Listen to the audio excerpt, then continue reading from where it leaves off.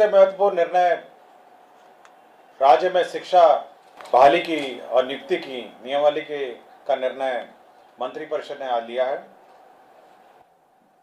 इस नियमावली का नाम होगा बिहार राज्य विद्यालय अध्यापक नियुक्ति स्थानांतरण अनुशासनिक कार्रवाई एवं सेवा शर्त नियमावली 2023।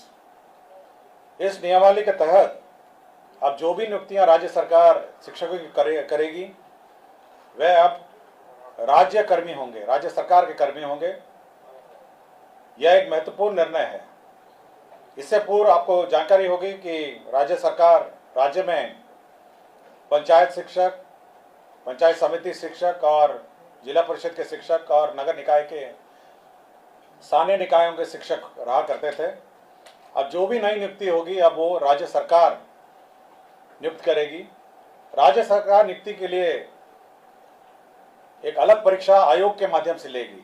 तो एक आयोग जो राज्य सरकार निर्धारित करेगी, हो सकता है बीपीएससी, हो सकता है कोई भी आयोग जो है जो निर्धारित करेगी, उसके माध्यम से राज्य सरकार परीक्षा लेगी और परीक्षा के माध्यम से ही अब नियुक्तियां होंगी। इस नियुक्ति में भाग लेने के लिए जो अर्हता होगी वह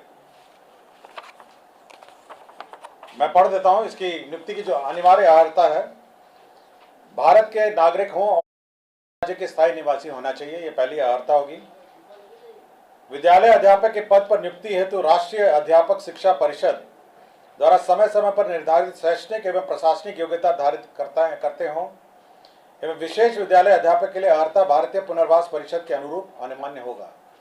तो ये महत्वपूर्ण एक अनिवार्यता है। राज्य सरकार एवं केंद्र सरकार द्वारा समय समय पर आहूत शिक्षा पात्रता परीक्षा में उत्तीर्ण हो, परंतु वर्ष 2012 से पूर्व नियुक्त एवं कार्यरत शिक्षक जो दक्षता परीक्षा उत्तीर्ण होंगे के लिए शिक्षक पात्रता परीक्षा में उत्तीर्ण अनिवार्य नहीं होगा। विषय विशेष के लिए अलग से विशेष अर्हता का निर्धारण विभाग द्वारा समय समय पर किया जाएगा। तो ये बिल्कुल स्पष्ट होगा कि पहले तो आपकी जो परीक्षा होगी, जो क्वालिफाइंग एग्जाम है, जो राज्य सरकार और केंद्र सरकार के लिए पहले ली जाती थी, उसके क्वालिफाई करने के बाद ही आप सरकार द्वारा जो कमीशन के माध्यम से परीक्षा होगी उसमें आप बैठ पाएंगे।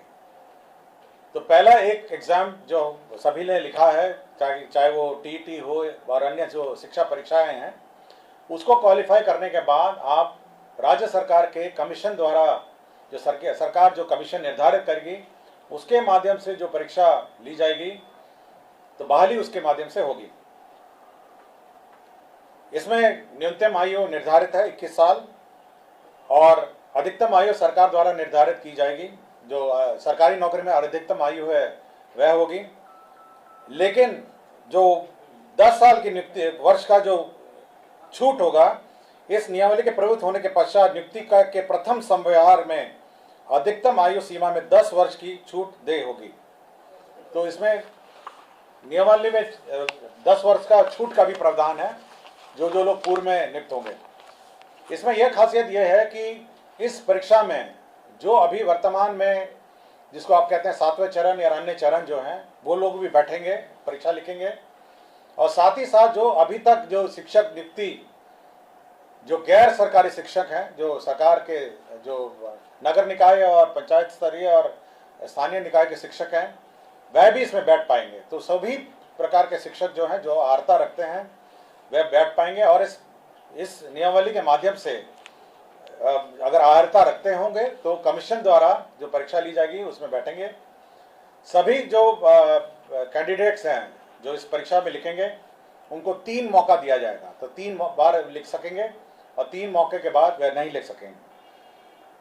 जहाँ तक रिजर्वेशन की बात है, सारा राज्य सरकार द्वारा निर्धारित आरक्षण रोस्टर का पालन किया जाएगा। और लेकिन साथ ही साथ जो आरक्षण है प्राथमिक एवं मध्य विद्यालय के मूल कोटि एवं स्थानक कोटि के विद्यालय प्रधानाध्यापक के पद पर प्रत्येक विषय में न्यूनतम 50% महिला अभ्यर्थियों की नियुक्ति की जाएगी। जो वर्तमान में शिक्षा में जो आरक्षण लागू है वह यथावत रहेगा, किंतु अन्य जो महिलाओं को छोड़ के अन्य जो राज्य सरकार का जो आरक्षण का नियम है वह लागू होगा। इसके साथ साथ अब सरकार के जो कानून हैं, सरकार के जो नियम हैं, सरकार का जो पेंशन है, सरकार का जो निर्धारित एनपीएस पेंशन है, ये सब लागू होगा। सरकार के जो आचरण है वो लागू होगा। यह नीति अब जिला संवर्ग के रूप में होगी, जिसमें जिला के अंदर स्थानांतरण का प्रावधान है और अंतर जिला का भी स्थानांतरण का विशेष परिस्थिति में प्रावधान है।